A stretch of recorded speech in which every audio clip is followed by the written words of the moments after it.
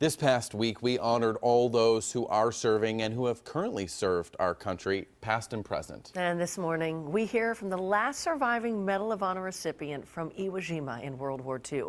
If you appreciate patriotism and truly love our country, take a moment and watch this morning's Sunday Chat. At 92 years old, Woody Williams has quite a story to tell, and we couldn't wait to hear about his time in World War II, especially why exactly he was awarded that Medal of Honor.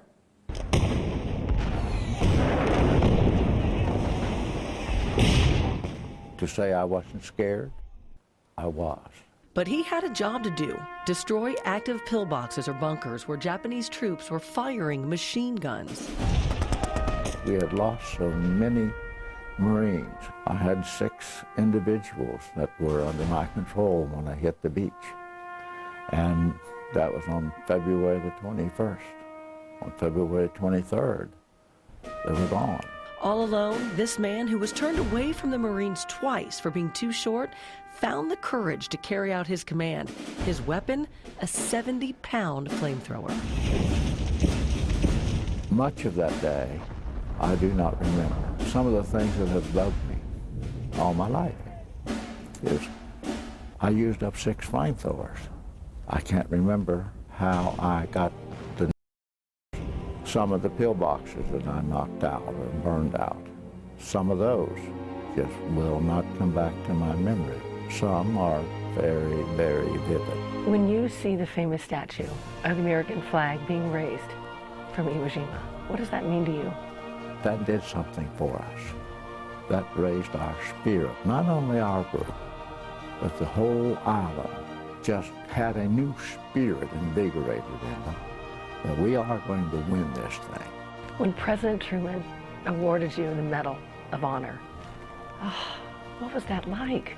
My body would not be still. It was just shaking so badly. Then he placed his left hand on my shoulder.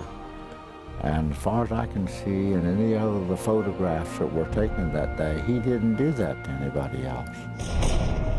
27 members of the military were awarded Medals of Honor from Iwo Jima, and now, 70 years later, Woody Williams is the only one left. Why me? I don't have that answer, but I certainly am honored and thrilled that God has allowed me to live this long and have all the miracles that have happened in my life.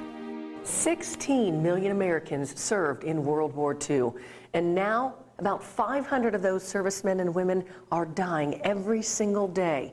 If you get the chance to spend some time with someone from the greatest generation, do it. I am so glad I had that opportunity.